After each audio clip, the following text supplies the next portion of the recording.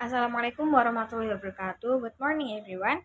We are from Group 10 and we will present to you about the use of force under Islamic law. The member of this group is me, Nisfatul Azizah, and my friend Nayla Zikriyah. The first material will be presented by me and continue with my friend Nayla. The first material is introduction. So, in Islamic law, violence is not allowed randomly or without a clear reason. Islam does not teach its followers to be aggressive or to start war without cause. Islam only allows war in very limited situations, such as for self defense or to protect people who are being oppressed. In international law itself, there is a concept called jus and belum, which mean the rules for when a country is allowed to go to war. Islam also has similar principle. It carefully sets conditions for when, why, and how war can happen. So next, in Islam, jihad does not always means war, but the word jihad literally means to struggle or to strive hard. And there are two main types of jihad. The first is the greater jihad, which mean the inner struggle against one's own desires and temptations. This is a spiritual and personal effort. So the second is the lesser jihad, which refers to physical struggle including fighting in war. But it's very important to note that military jihad is not allowed under specific conditions.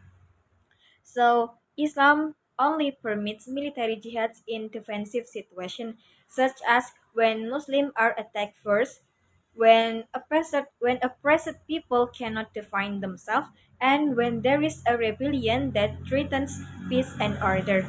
So jihad in Islam is not about attacking others, but about protecting oneself, the community, and justice. So next we will talk about the difference between jihad defensive and offensive.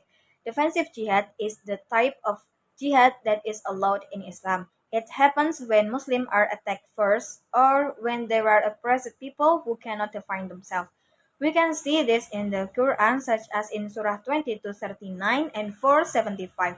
The main idea in is that this kind of jihad is for protection, not aggression.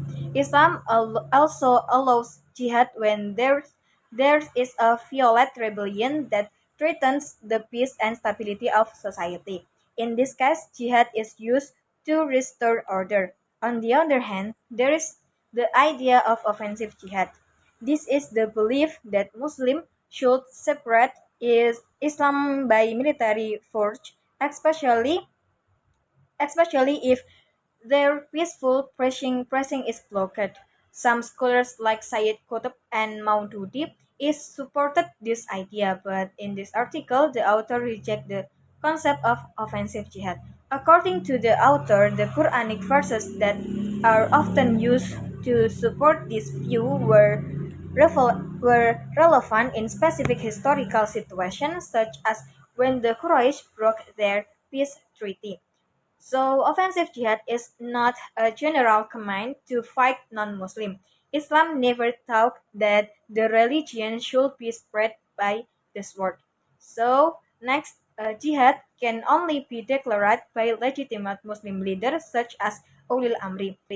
According to the Islamic law, non-state groups like ISIS or Al-Qaeda, they are not legitimate to declare jihad, but there are an exception if the Muslim leader is actually siding with the enemy, and if the government fails to protect its people, or if a Muslim territory is being colonized.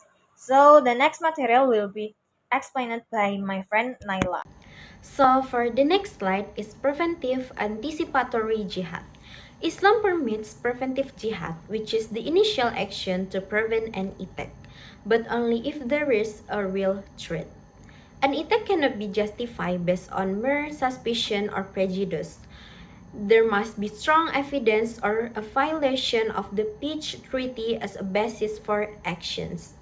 The purpose of preventive jihad is to prevent destructions, not to conquer or control territory.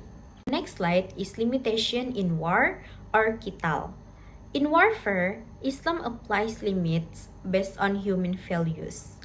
War should only be waged when absolutely necessary and should be stopped if the enemy shows a desire for peace.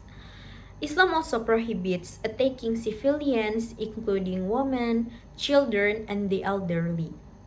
Realization should be proportionate and should not exceed the level of attack received. In addition, cruel acts such as torture, arson, and revenge are also strictly prohibited. So for the next slide is talking about values of peace in Islam. Islam is essentially a religion that upholds peace, justice, and religious freedom. There is no compulsion in embracing Islam.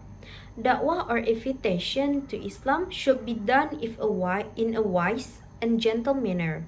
Therefore, the main purpose of jihad is not to impose religion, but to protect the people and maintain peace. So for the last slide is conclusion. In conclusion, Islam only allows war if there is a legitimate and moral reason. Jihad in the Islamic context is a means of defense, not a tool for religious expansions. Its implementation must be through a legitimate leader and with strict rules. Thus, Islamic law is in line with the principles of the international law, human rights, and humanitarian values. So that's all from our group. Thank you and wassalamualaikum warahmatullahi wabarakatuh.